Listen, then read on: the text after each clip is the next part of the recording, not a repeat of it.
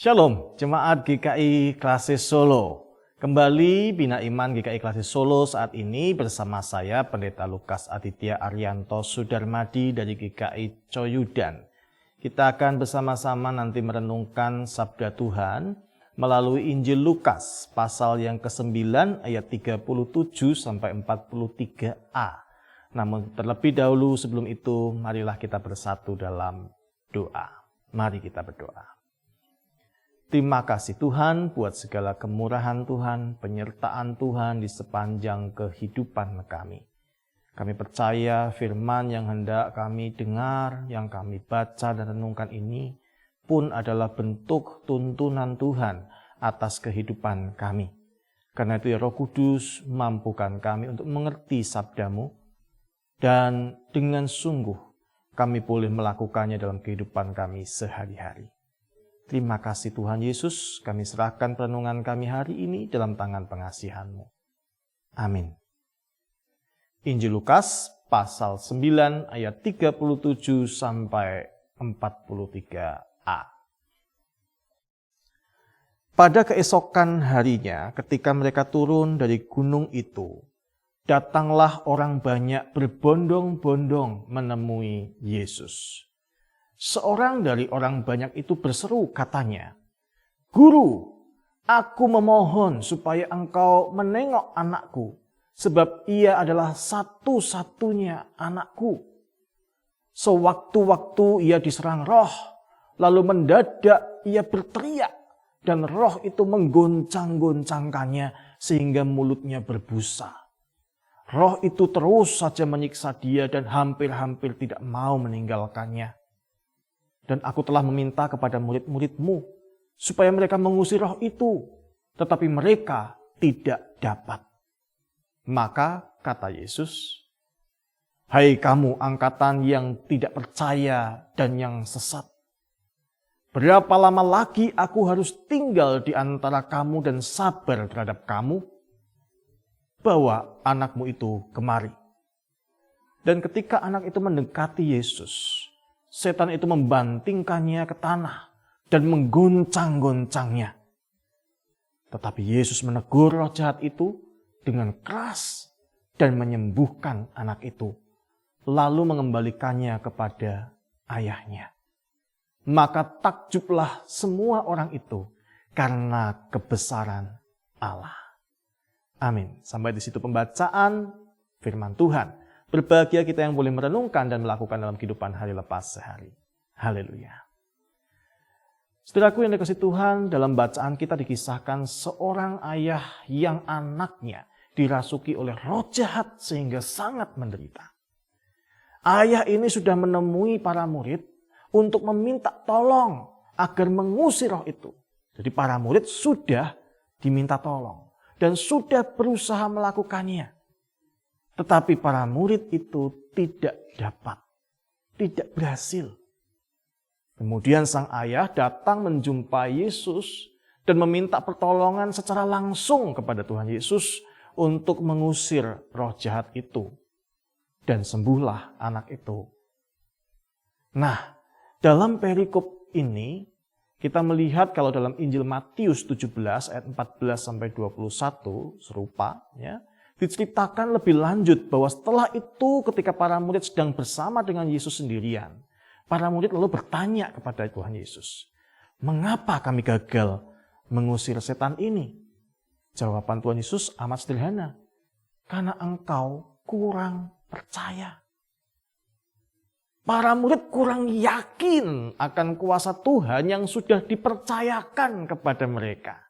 Mereka kurang percaya bahwa mereka sudah menerima mandat untuk melaksanakan tugas itu.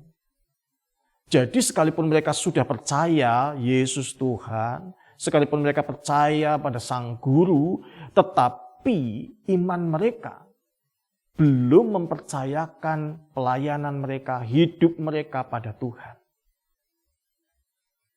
Ini sama seperti kita kalau ditanya, apakah kita percaya pada Tuhan Yesus? Yesus adalah Tuhan dan Juru Selamat. Tentu kita dengan yakin dan dengan sepenuh hati berkata, "Ya, saya percaya Yesus adalah Tuhan dan Juru Selamat." Tapi coba cermati. Percaya pada Yesus sesungguhnya bukan sekedar, ya saya percaya dia adalah juru selamat. Tetapi percaya pada Yesus sesungguhnya adalah mempercayakan diri kita, seluruh hidup kita pada Tuhan Yesus. Percaya bahwa Allah berkarya dalam kehidupan kita. Pertanyaannya, apakah kita sungguh-sungguh mau berkarya bagi dia? Apakah kita sungguh-sungguh yakin bahwa dia mengutus kita? Percaya Yesus punya kuasa itu baik. Tetapi iblis pun percaya bahwa Yesus punya kuasa. Ingat kisah misalkan orang yang kerasukan legion. Para iblis itu percaya kalau Yesus punya kuasa. Tetapi mempercayakan diri kita pada Yesus berarti menyerahkan diri kita sepenuhnya untuk Tuhan pimpin. Untuk Tuhan tuntun seluruh hidup kita. Percaya bahwa Allah berkarya di seluruh sisi kehidupan kita. Keluarga, dalam pekerjaan, ketika kita ada di jalan, ketika kita ada di rumah, ketika kita beristirahat ataupun berkarya. Bukankah semua itu tempat di mana Tuhan mengutus kita? Hidup kita seutuhnya. Bukankah di dalam menghadapi godaan dan persoalan hidup, sering kali kita gagal seperti para murid? Mengapa? Karena kita kurang percaya bahwa mukjizat kuasa Tuhan itu hadir. Mukjizat bisa terjadi. Kita ragu apakah itu semua bisa kita alami. Itu semua karena kita seringkali terlalu mengandalkan pikiran kita sendiri. Bukan tuntunan Tuhan, pimpinan Tuhan atas diri kita. Kita ragu bahwa Tuhan sudah mempercayakan pelayanan ini kepada kita. Sehingga ia tidak mungkin membiarkan kita tanpa bekal. Kalau Tuhan percayakan sesuatu kepada saudara, Tuhan pasti sudah mempersiapkan, memperlengkapi saudara. Paling tidak, mintalah itu kepada Tuhan. Supaya kita bisa melewati setiap pergumulan yang ada dengan baik. Kalau tidak, kita goyah. Iman kita menjadi runtuh ketika persoalan dan kesulitan menghadang, rintangan di depan. Kita jadi tidak mampu melewatinya. Kalah sebelum bertanding. Dalam ayat selanjutnya dalam Injil Markus, Tuhan Yesus berkata, jika kamu punya iman sebesar biji sesawi, kamu bisa memindahkan gunung. Yang artinya, saudara, ketika percaya kita bukan soal percaya saja, tetapi menyerahkan diri sepenuhnya pada Tuhan.